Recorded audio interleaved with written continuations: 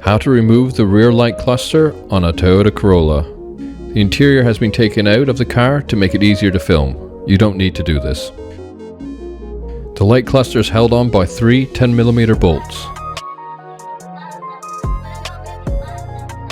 But first, unclip the electrics. You just need to push down on the tab as seen.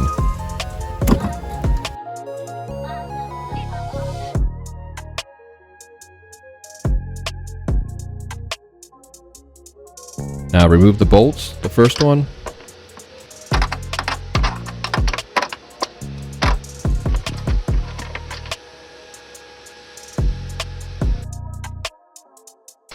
the second bolt, and the third bolt. Gently lift the light unit out.